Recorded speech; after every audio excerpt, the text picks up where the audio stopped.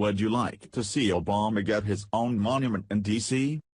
President Trump is preparing an executive order targeting a massive national monument in Utah, a key part of former President Obama's conservation legacy. Obama created the 1.3 million-acre Bears Ears National Monument in late December using his unilateral power under the Antiquities Act.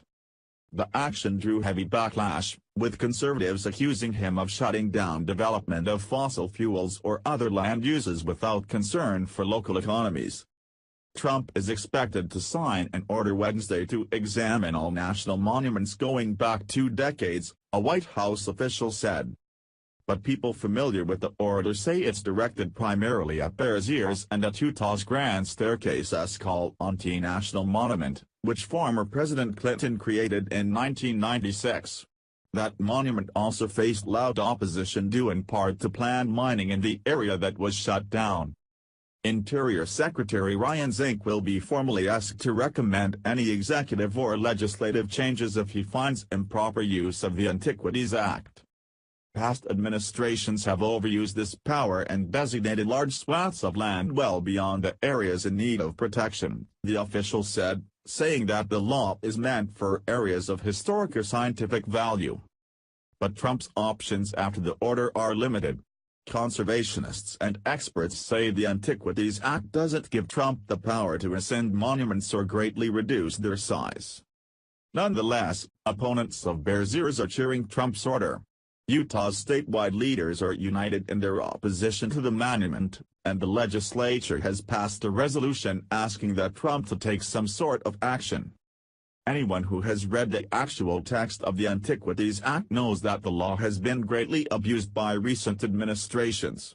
I commend President Trump for instigating a review of past designations, Senator Mike Lee, Republican Utah, said in a statement.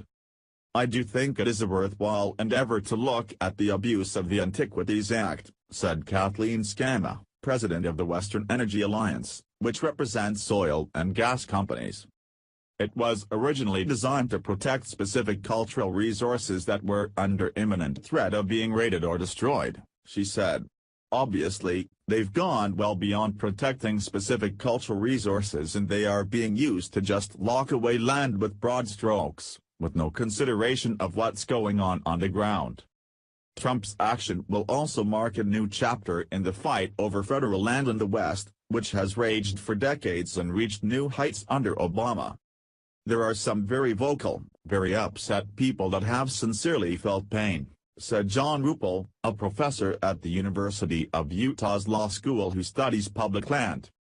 Opponents of monuments, he said, feel like they have an opportunity here with a new administration in place and with Republicans in control of both houses of Congress, so they're taking advantage of that. Bears Ears, named for a pair of maces, was created mostly to protect areas sacred to numerous American Indian tribes whose ancestors lived there. The area contains numerous historic and natural resources. Obama used the Antiquities Act to protect more land and water than any president before him, with 26 new or expanded monuments totaling more than 550 million acres.